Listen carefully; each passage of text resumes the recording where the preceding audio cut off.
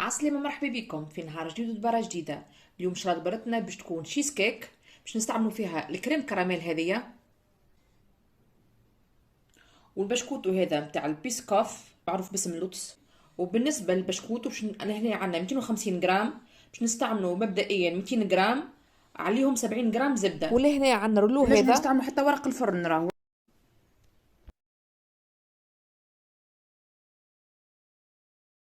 نفرشوا البشكوتو متاعنا بقاعة متاع كيس ولا حتى اللي نعملوا بها نطرحوا بها اللحم، ونطرحوا البشكوتو متاعنا ونخليوها ترتاح فرجيدين تقريبا حتى نحضروا الكريمه متاعها.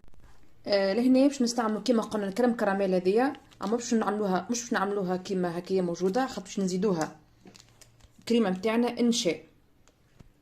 حطينا نص لتر حليب كريم كراميل متاعنا وكميه انشاء 30 جرام على الباكو هذايا حطينا نص لتر حليب و30 جرام انشاء، هذا فيه 60 جرام الباكو هذا. ونحطوها تطيب فوق الغاز مع التحريك المستمر هكايا على نار هاديه بالطبيعه. الكريمه متاعنا حضرت، تسكروا عليها، نصبوها هنا نخليوها تبرد شويه، نغطيوها ببابي سلوفان هذايا ونخليوها ترتاح شويه. لهنا بعد ما بردت على خاطر خليتها في ماء بارد تحتها، نخدموها شويه هكايا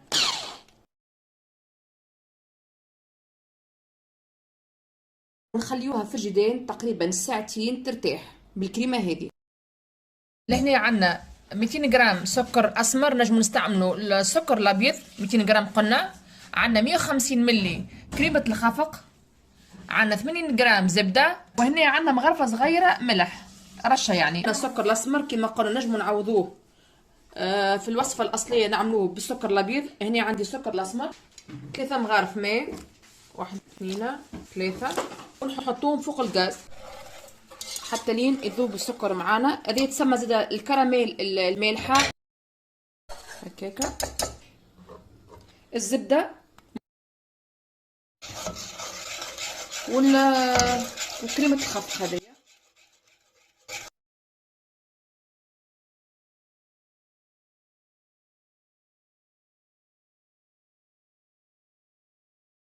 رشه الملح، ونحطوها فوق الغاز شويه.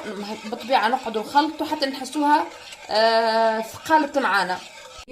كاينها برشا تنجموا تحطوها في دبوزه معقمه ونلقاوها في حاجات اخرى.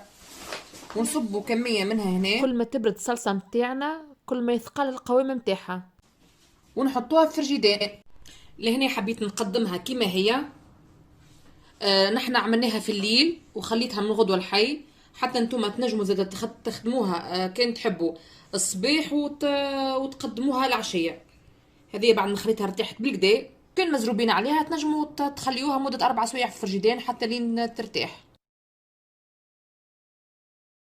الكميه اللي بقات لنا باش ناخذ نرحيوها شويه، كميه البشكوت اللي رحيناها نزينوها هكايا من الفوق الطريقه اللي تحبوا عليها هكايا.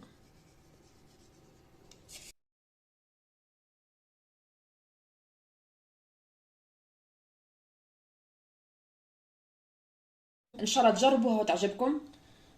ما بقى كان نقولكم في دبار اخرى، بسلامه.